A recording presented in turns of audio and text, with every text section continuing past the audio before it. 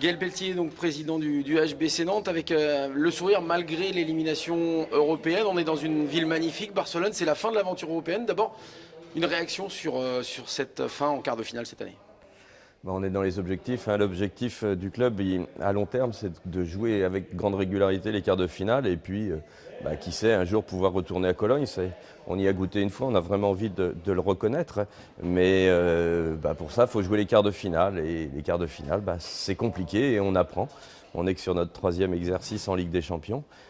On apprend et puis là, c'était Barcelone. Un Barcelone dans un jour extraordinaire en plus. Donc impossible de les manœuvrer et de les piéger. Vous êtes quand même fier de votre équipe, de votre club sur cette année, même si effectivement il n'y a pas eu Cologne, il n'y aura pas Cologne cette année? Oui, alors après on sait que Cologne, c'est pas non plus le standard du HBC Nantes. Aujourd'hui, on n'est pas armé pour prétendre jouer Cologne tous les ans. Maintenant, on est,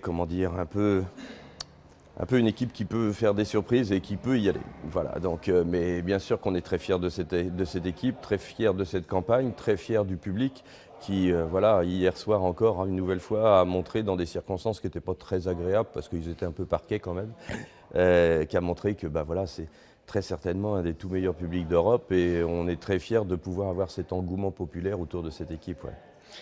Alors c'est vrai que certains clubs peut-être plus expérimentés auraient peut-être calculé au moment des poules pour ne pas prendre ce but peut-être à Flensburg, ne pas s'offrir Barcelone. Vous, c'est pas le cas, vous ne calculez pas pour l'instant, c'est parce que le club n'a pas envie de calculer? Oui, et puis parce qu'au-delà de ça, on ne sait pas si le calcul aurait été bon. L'année dernière, qui aurait dit que Montpellier éliminerait Barcelone?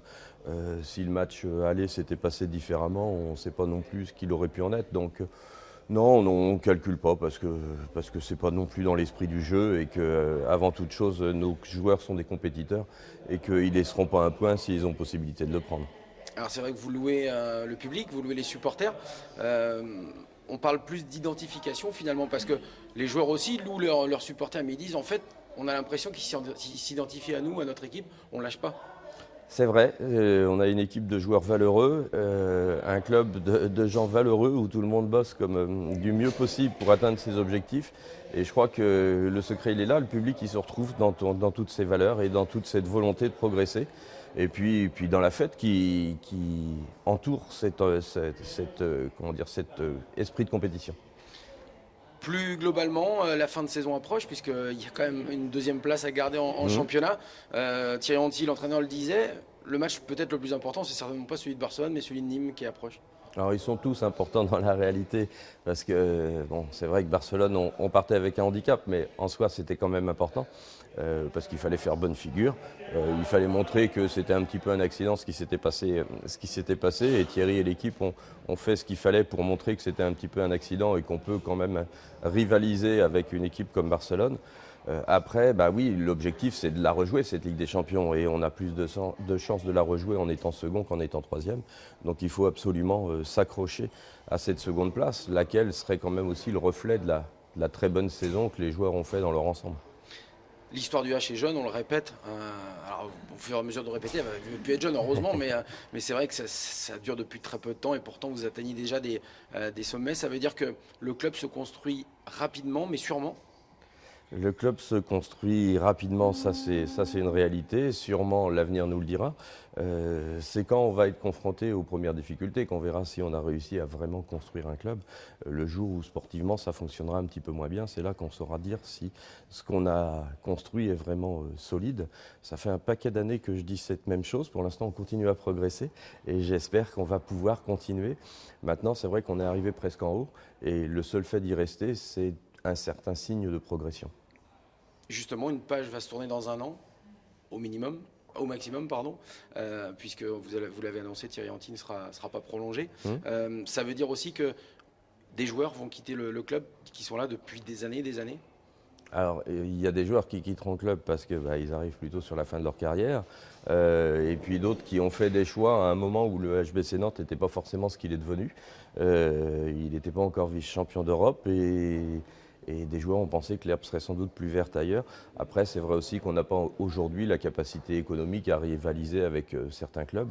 Vous pensez à Romain Lagarde, je pense à Romain, je pense à Nicolas Tournat, effectivement.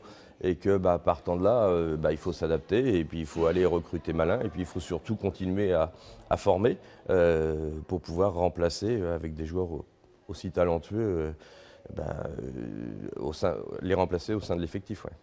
C'était le bon moment d'annoncer le fait que Thierry Henry ne continuerait pas l'aventure? Très honnêtement, ça a été un peu contraint parce que tout le monde me mettait la pression sur le sujet. Il y avait encore 1 an et demi de contrat. Moi, j'aurais bien pris le temps de cette réflexion beaucoup plus tard. Et je ne dis pas que si j'avais pris le temps de cette réflexion beaucoup plus tard, la décision aurait été la même, puisqu'on ne sait pas ce qui serait passé sur l'intervalle. Maintenant, à un moment, Thierry le premier souhaitait savoir. Donc, on s'est posé autour d'une table, on a réfléchi à l'avenir. Et puis, on a pensé que l'avenir de la construction devait s'inscrire dans une certaine durée et que Thierry ne pouvait pas nécessairement accompagner cette durée. Maintenant, on a vécu et on vit des heures extraordinaires ensemble dans la progression de ce club, dans l'aventure. Et je ne pense qu'à tout ce qu'on a fait positivement ensemble. Il n'y a que ça qui m'intéresse au jour d'aujourd'hui. Ouais. On sent aussi, on l'a eu hier, et il disait bon, c'est vrai que la pilule au départ était difficile à avaler, maintenant on fait avec. Et côté digestion aussi de la décision qui appartient. On sent aussi que c'est compliqué quand même pas entre Alberto Entre Rios et Thierry Henry, mais sur le fait qu'il y en a un qui se met un petit peu de côté et puis l'autre qui continue à être devant. Ça peut durer encore 1 an, ça?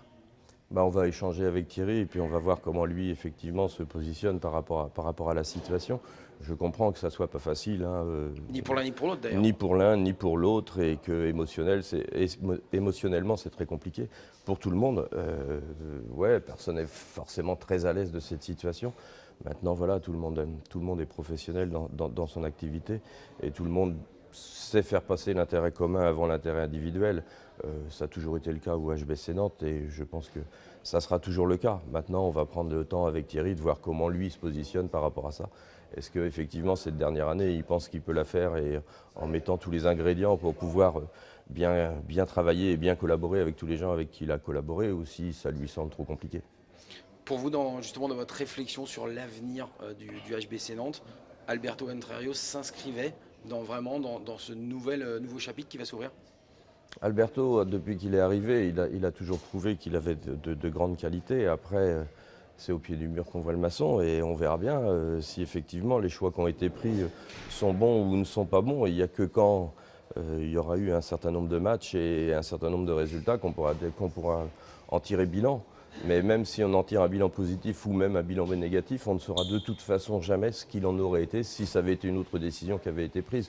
Donc voilà, aujourd'hui, la décision, elle a été prise, elle est ainsi, il nous faudra l'assumer. J'espère qu'on en sera très heureux et qu'on se dira que voilà, cette décision était bonne. Mais encore une fois, je redis, ça ne veut pas dire que si on avait continué avec Thierry, ça n'aurait pas été une bonne chose. Mais on a voulu s'inscrire dans plus de durée. Qu'est-ce qui vous plaît chez Alberto Entre Rios?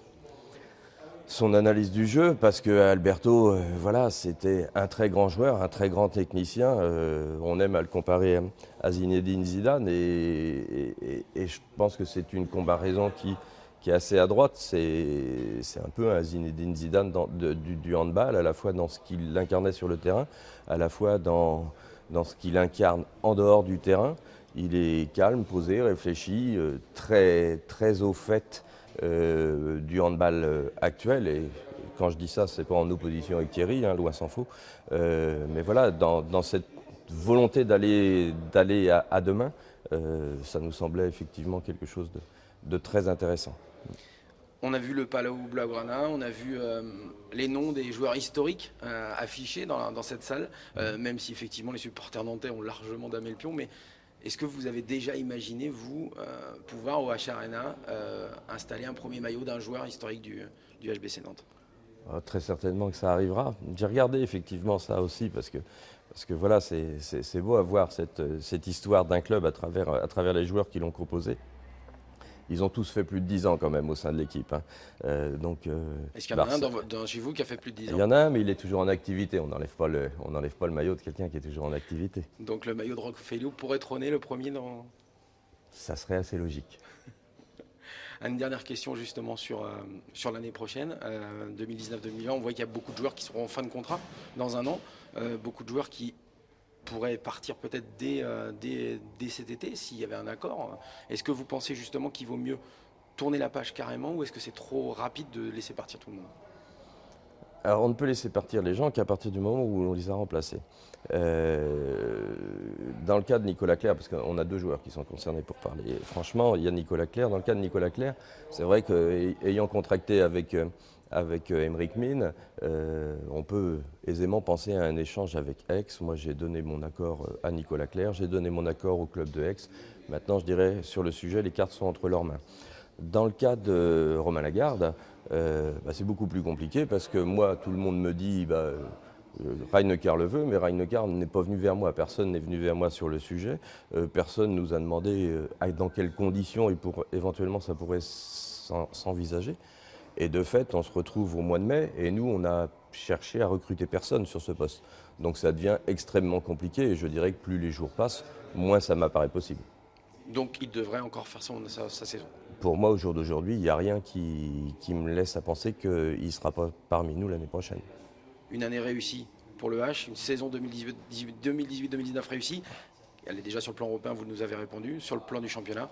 Sur le plan du championnat, c'est d'être deuxième. On avait dit qu'on voulait aller titiller Paris sur le titre. Cette année, ils étaient inaccessibles. Au jour d'aujourd'hui, ils n'ont fait qu'un match nul. Bon, c'est pas avec des saisons comme ça qu'on peut les titiller. Maintenant, la deuxième place, elle serait cohérente à la fois au regard de notre parcours et puis à la fois au regard de notre objectif. Maintenant, l'objectif premier, c'est de continuer à être en Ligue des Champions, bien évidemment.